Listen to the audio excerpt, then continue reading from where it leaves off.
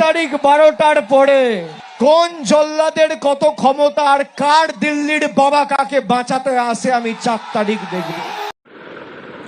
ভিডিওটা নিশ্চয়ই সকলে দেখলেন। যেমন কর্ম তেমন তার ফল। একজন রাজনৈতিক নেতার ভাষণ এরকম হয়? উনি রাজনৈতিক নেতা? ওনাকে বলা যায় রাজনৈতিক নেতা? উনি রাজনীতির জানে? উনি একজন বুথ সভাপতির হওয়ার যোগ্য নয়। আমাদের বুথ সভাপতিও এর থেকে অনেক ভালো, অনেক ভালো বলতে পারে, অনেক ভালো মানে বুদ্ধি রেখে কথা বলে। একজন পলিটিশিয়ানকে তার মুখের ভাষা এত নোংরা হবে? হ্যাঁ, ডিজে বাজাবে। তারপরে আরেকটা মানে উনি স্পিচ দিয়েছিলেন একদম প্রকাশ্যে, যে সেটাও আমি দেখাবো, যে চুল্লি বানাবে। জাহাঙ্গীর খান নাকি বলেছে দাদা চুল্লির দরকার পড়বে 4 তারিখের পরে। তাহলে চুল্লির দরকারটা কেন পড়বে? বিজেপি কর্মীদের মেরে মেরে চুল্লিতে পোড়াতে হবে।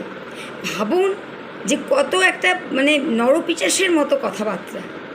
তো একে ডিম ছোড়া হয়েছে, একটু কমই ছোড়া হয়েছে।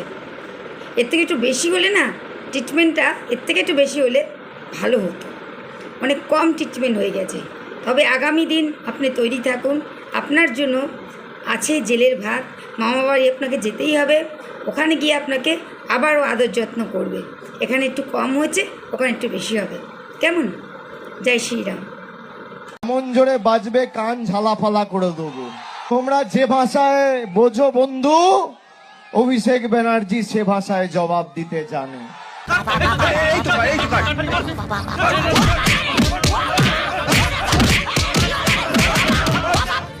ও বাবা, বাবা গো, ওরা কি আমায় মার্ডার করতে চেয়েছিল?